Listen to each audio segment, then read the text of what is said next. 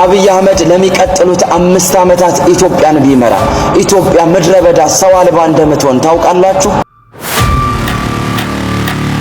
እነዚህ ሁለት ሰዎች የህዝብ ተወካይ ተመራጮች ነበሩ። እጅግ በጣም ያሳዝናል። ዛሬ በአሰቦት ገዳም ላይ ጥቃት ተፈጸመ። አንድ አባት ተገደሉ። ያረጃል ያለም ዝና። ሰላም የተወደዳችሁ የዩአስቲ ቤተሰቦች እንደምን አላችሁ? ድጋሚ በአዲስ መረጃ ተመልሼ መጣሁ። ስለ ዶክተር አብይ አዳዲስ መረጃዎች ወጥቷል። እነሱ መረጃዎች ማስመለከታችሁ ነው የሚሆነው። በመቀጠልም ስለ መንሱር ጀማል አንድ ወንድማችን ያስተላለፈው መልእክት አለ። እሱም መልእክት ተመልክተን ሐሳብና አስተያየታችንን የምንሰጥ ነው የሚሆነው። ሁላችሁም ይሄን ቪዲዮ ከመጀመራችሁ በፊት ላይክ አድርጉ። አብይ አህመድ ለሚቀጥሉት 5 ዓመታት ኢትዮጵያን ቢመራ ኢትዮጵያ ምድረ በዳ ሰው አልባ እንደምትሆን ታውቃላችሁ። ምክንያቱም እስከዛሬ በመራባቸው ጊዜያቶች ያለቀውን ህዝብ ተመልከቱ። በትግራይ ጦርነት ከ1.2 ሚሊዮን በላይ ህዝብ አለቀ ተባለ። የአማራ ክልል ለ3 ዓመት ሙሉ እስከዛሬ ድረስ ጦርነት ላይ ነው። ምን ያህል ህዝብ እንዳለቀ በቁጥር አልተገለጸም።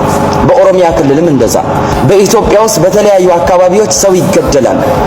ምን ያህል ቁጥር እንዳለው ግን አይታወቅም። የወጣቱ ስራ አጥነት ከ34 ሚሊዮን በላይ ነው ይባላል። በኢትዮጵያ ውስጥ 18 ሚሊዮን ተፈናቃይ አለ ይባላል። ታዲያ ለሚቀጥሉት 5 ዓመታት አብይ አህመድ ኢትዮጵያን ቢመራ በጦርነት እንኳን ህዝቡ ባያልቅ በረሃብ አያልቅም ትላላችሁ? ካደራደር የኢትዮጵያ ኢኮኖሚ የተንኮታኮተ ኢቭን እንኳን የኢትዮጵያ መሰረተ ልማቶች ስራ ቆመዋል። ታላላቅ መሰረተ ልማቶች ኢትዮ ቴሌኮም እንኳን ካደራደር ጥቅል አገልግሎት ይጨምራል።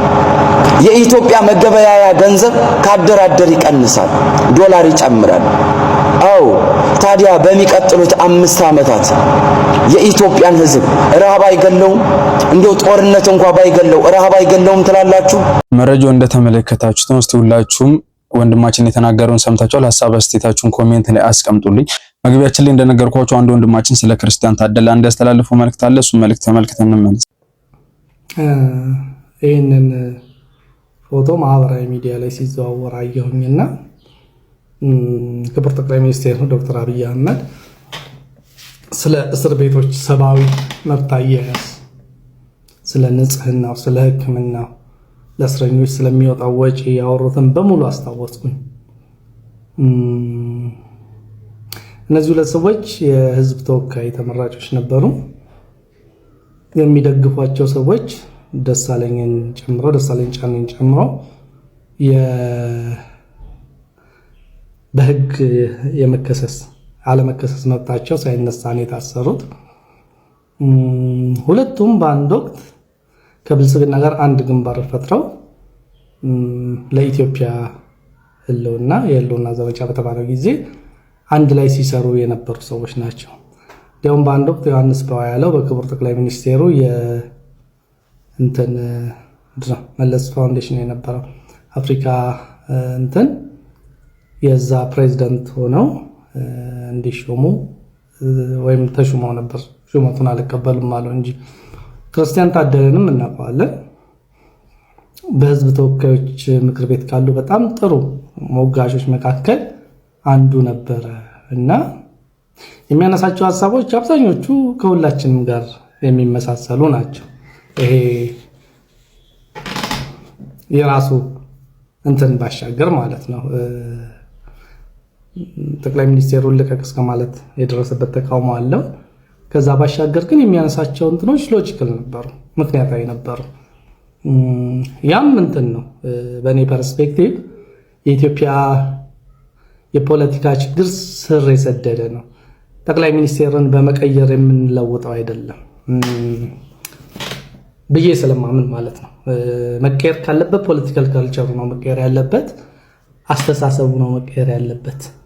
መደመር የሚባለው ነገር ፖሊሲ መሆን አለበት፣ ህግ መሆን አለበት ብዬ ነው የማምነው። ይሄንን ደጋግሜ እናገራለሁ።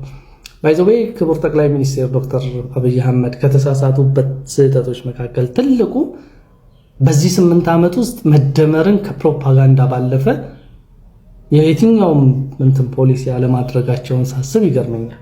ማለት የዘር ፖለቲካን በዚህ ልክ ለምን እንደፈለጉ አይገባኝም የሚያወሩትን ስመለከት ማለት ነው። ኤኒዌይስ ከዛ ውጪ ክርስቲያን ታደለ የብዙዎቻችንን ሐሳብ የሚያንሸራሽር ሰው ነው። ከዘረኝነቱ ባሻገር ማለት ነው። ዘረኛ ነው እያልኩኝ አይደለም። ከኢትዮጵያ የዘር ፖለቲካ ባሻገር ያ ሁሉ ሆኖ እነዚህ ሰዎች ታሰሩ ከህግ አግባብም ውጭ ቢሆን ግን በዚህ ልክ ሰብአዊ መብትን መጣስ ተገቢ ነው ማለት? ልብሳቸው ቆሻሻ አይደለም፣ የተቀዳደደ ነው። ፊታቸው የደረሰባቸውን መከራ በደንብ የሚያሳይ ነው። እና እንዴት ነው የእስር ቤት ሰብአዊ መብት አያያዛችን ምናምን የሚለውን በደንብ መጠየቅ ማየት ያለብን ይመስለኛል። ብንችል ፖለቲካ ኢትዮጵያ ውስጥ ባያሳስር ጥሩ ነው፣ እዛ ደረጃ ላይ ብንደርስ። ግን በቃ ግዴታ ሆኖ ደግሞ ሰዎች የሚታሰሩ ከሆነ የሰብአዊ መብት ጉዳይ በጣም ኢምፖርታንት ይመስለኛል። የሰብአዊ መብቱ መጠበቅ አለበት። ሰው በዚህ መጠን መጎሳቆል አለበት ብዬ አላስብም። እግዚአብሔር ፖለቲካችንን ይፈውስ። አይ ዶንት ኖ መጽሐፍ ቅዱስ ከነጩ ዙፋን ፊት ከሚፈረድብን መካከል አንደኛው መሰላችሁ ታርዤ አላበለበሳችሁኝም ካለ በኋላ ታስሬ አልጠየቃችሁኝም ይላል። እና እነዚህን ሰዎች እንዴት መጠየቅ እንዳለብኝ ባቅ እና በጠይቅ ደስ ይለኛል። ማለት ክርስቲያናዊ ግዴታዬ ስለሆነ ማንም ሰው ሲታሰር የመጠየቅ ግዴታ አለብን። መጽሐፍ ቅዱስ ያንን የሚያስተምረን። አንድም ቦታ ላይ ከተራራ ላይ ቆማችሁ አዲስ አበባ ላሉ ሰዎች ጸልዩ አይለንም መጽሐፍ ቅዱስ። አዲስ አበባ ስላሉ ጠንቋዮች ጸልዩ አይለንም። ወይም ደግሞ ስለ ቴዲ አፍሮ ዘፈን ጸልዩ አይለንም። የሚለን የተራቡትን አብሉ፣ የታረዙትን አልብሱ፣ የታሰሩትን ጠይቁ ነው። this is a ክርስቲያናዊ መስመር እና በጠይቃቸው ደስ ይለኛል የት እንዳሉ። ወንድማችን ስለ ክርስቲያን ታደለ ያስተላለፈው መልእክት ተመልክታችሁታል። ሁላችሁም አሁንም ሐሳብ አስተያየታችሁን ኮሜንት ላይ አስቀምጡልኝ።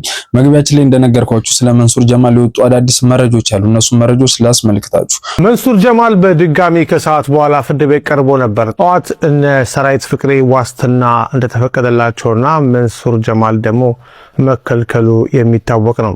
ይህን ተከትሎ ከሰዓት በኋላ ቲክቶከሩ መንሱር ጀማል ከጠበቆቹ ጋር ፍርድ ቤት ቀርቦ ነበረ። በሌላ በኩል የፊንቴክ ተበዳዮች ተቋማቸውን እያሰሙ ይገኛሉ።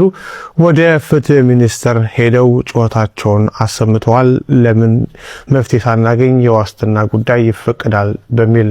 በዛሬ ረፋዱ የፍርድ ቤት ሂደት ከተከሳሾች መካከል ካሊድ ናስርና አብርሃም ግዛው በ400 ሺህ ብር እንደዚሁም ሰራዊት ፍቅሬ፣ ሰለሞን ቦጋለ፣ ይገረም ደጀኔም፣ ዳንኤል ተገኝ የተባሉት አርቲስቶች ደግሞ በ500 ሺህ ብር በማስያዝ በዋስ እንዲወጡ ውሳኔ ሰጥተዋል። ስለዚህ ካሽ ነው አስይዘው መውጣት የሚችሉት ማለት ነው።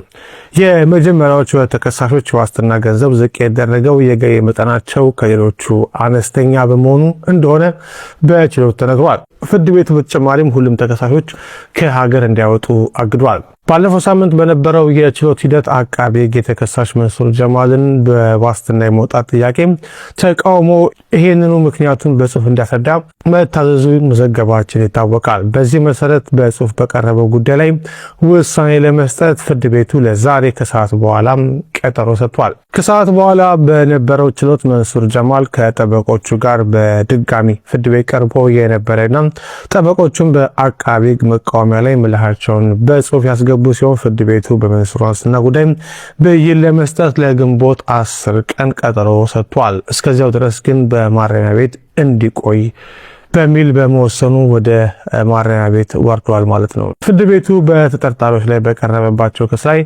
መቃወሚያ ካለ ለመስማት ለግንቦት 10 ቀን ቀጠሮ መስጠቱን ሰምተናል።